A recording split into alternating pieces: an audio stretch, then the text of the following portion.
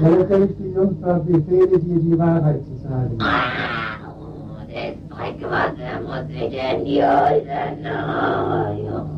Außerdem, der lebendige Jungfrau sagt es uns klar, das Weihwasser muss wieder in die Häuser hinein.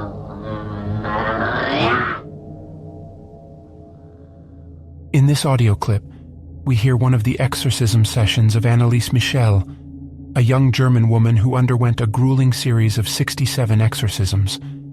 Her story is a tragic and terrifying one, as she believed herself to be possessed and endured immense stress as a result. Today we will take a deep dive into the chilling and controversial case of Anneliese Michel, examining the evidence and discussing the ethical implications of exorcisms. As we explore this horrific story, please note that some of the details may be disturbing, and viewer discretion is advised. So buckle up and prepare yourself for a journey into the unknown as we attempt to unravel the mystery surrounding the possession and exorcism of Anneliese Michel.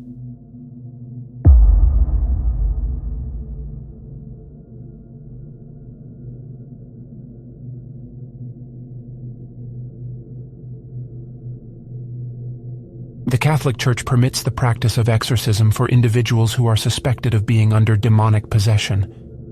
Exorcism is considered a sacramental in Roman Catholicism, which refers to a material object or action that is ritually blessed by a priest to signify its connection to the sacraments and inspire reverence during worship. However, it is not considered a sacrament like baptism or confession. Exorcism has been a part of numerous cultures and religions for thousands of years, but it gained popularity in the Catholic Church during the 1500s. Priests used the Latin phrase vade retro satana, meaning go back Satan, to expel demons from those they believed to be possessed. The Ritual Romanum, a collection of Christian practices assembled in the 16th century, codified the practice of Catholic exorcism. In the 1960s, exorcisms were infrequent among Catholics, but the release of movies and books like The Exorcist in the early 1970s sparked a renewed interest in the practice.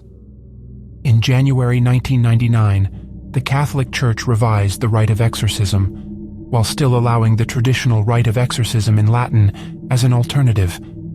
The ritual operates under the assumption that those who are possessed retain their free will, even though the demon may exert control over their physical body.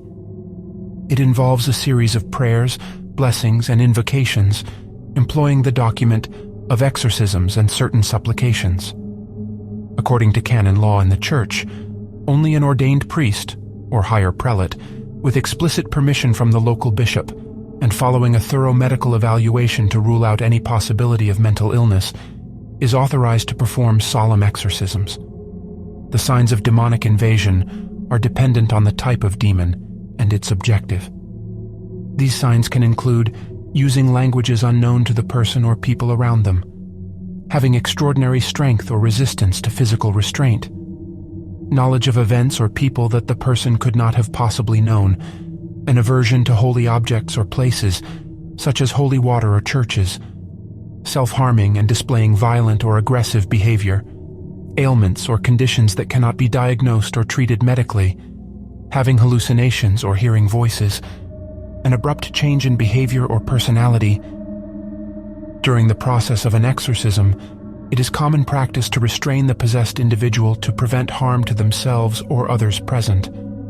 The exorcist then recites prayers and commands for the demons to depart, using specific prayers such as the Lord's Prayer, Hail Mary, and the Athanasian Creed.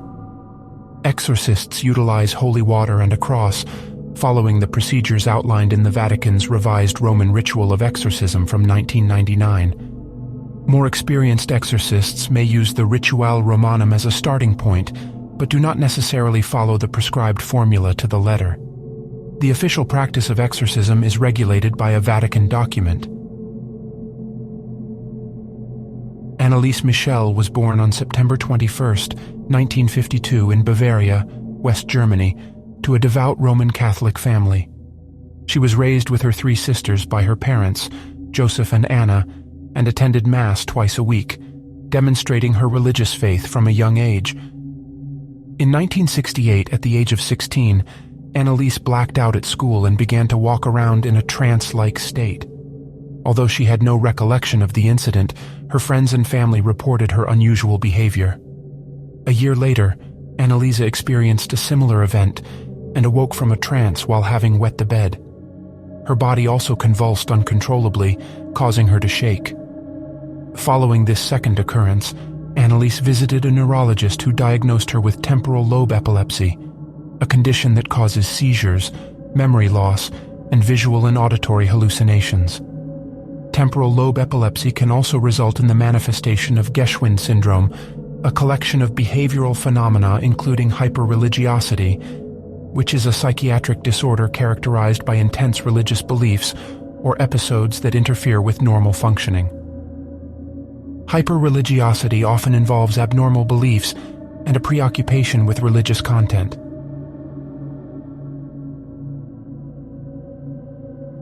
Michel experienced her third seizure in June 1970 while at the psychiatric hospital where she had been residing.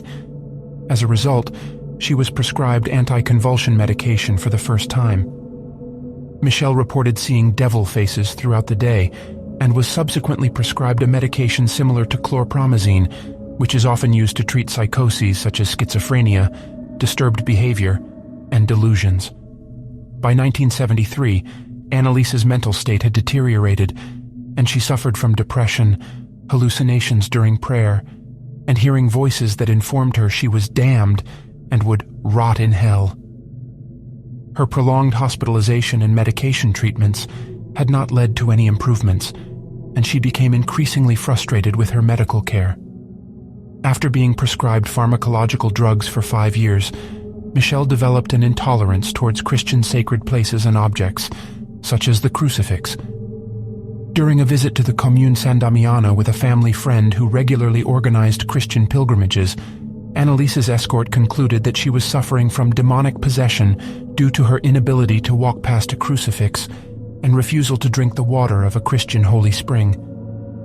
After Michel's family and community became convinced that she was possessed, they consulted several priests and requested an exorcism. The priests declined, recommended continuing medical treatment, and informed the family that permission from the bishop was required for an exorcism to take place. In the Catholic Church, official approval for an exorcism is only granted when the subject strictly meets the set criteria, is considered to be suffering from possession, and is under demonic control. Intense aversion to religious objects and supernatural powers are some of the first indications. Michel's condition continued to deteriorate, and she displayed physical aggression, self-injury, drank her urine, and even consumed insects.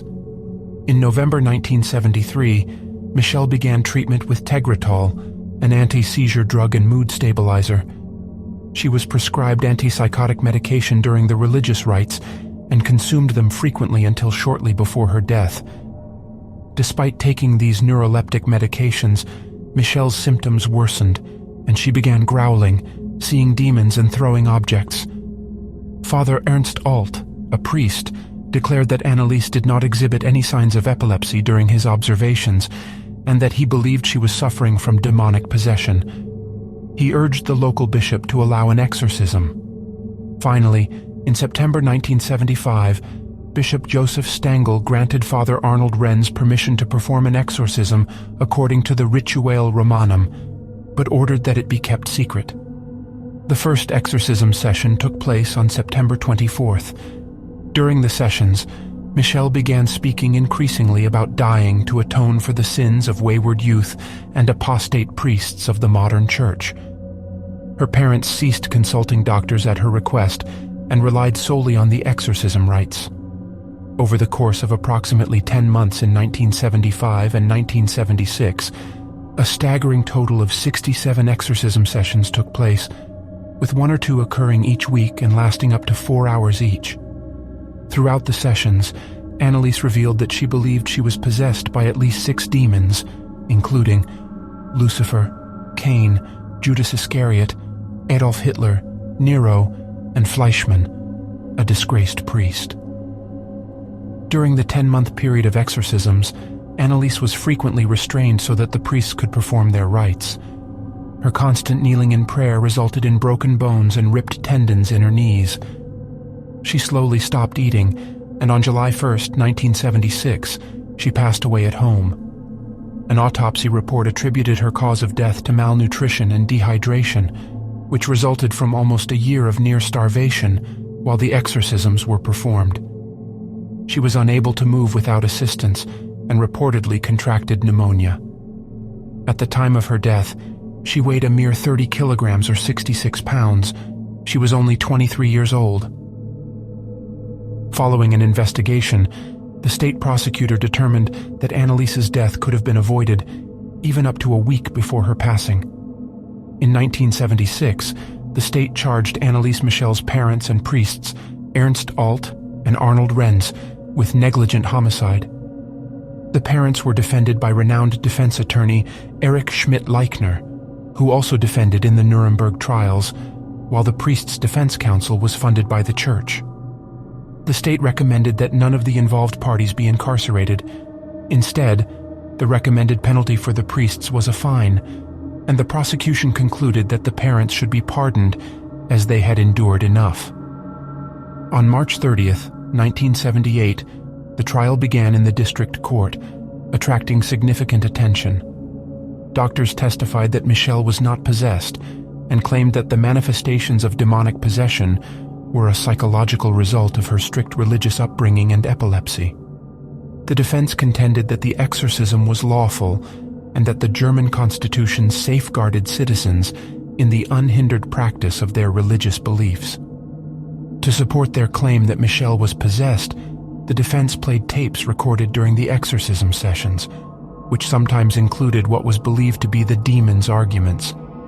When Anneliese Michel's case gained attention, it was discovered that Bishop Stangl had approved the exorcism without knowledge of her alarming health condition and did not testify in court. In April 1978, Michel's parents and the two priests were convicted of negligent homicide, but were given suspended prison sentences and ordered to share the legal costs. Following the ordeal, the number of officially sanctioned exorcisms in Germany decreased, despite Pope Benedict XVI's support for the practice, as compared to his predecessor Pope John Paul II, who had tightened the rules in 1999, permitting only rare cases for exorcisms. On June 6, 2013, a fire engulfed the house where Michel had lived, which was determined by the local police to be arson. Some locals attributed the fire to the exorcism case. The story of Anneliese Michel is both tragic and horrifying. It raises important questions about the boundaries between mental illness and religious intervention. Some believe that Michel's symptoms were not those of demonic possession, but rather of a severe mental illness that went untreated due to the influence of her religious beliefs and those around her. Others argue that the exorcisms were necessary and the failure to recognize Michel's possession led to her untimely death. Regardless of one's perspective, the story of Anneliese Michel serves as a cautionary tale about the dangers of blindly following religious beliefs without consideration for medical intervention. It also highlights the importance of understanding and addressing mental health issues, particularly in religious communities where the line between spiritual experiences and mental illness can become blurred. The tragedy of Anneliese Michel's story has prompted many to question the use of exorcisms as a religious practice and has led to increased scrutiny and regulations around the use of such rituals. While there may be instances where exorcisms can provide comfort and healing to those in need, it is crucial that these practices are conducted with the utmost care and respect for the individual's well-being, and that they are never used as a substitute for proper medical treatment. If you'd like to support this channel and want to see more exploration of horror and darkness, please leave a like and subscribe. Thank you for watching.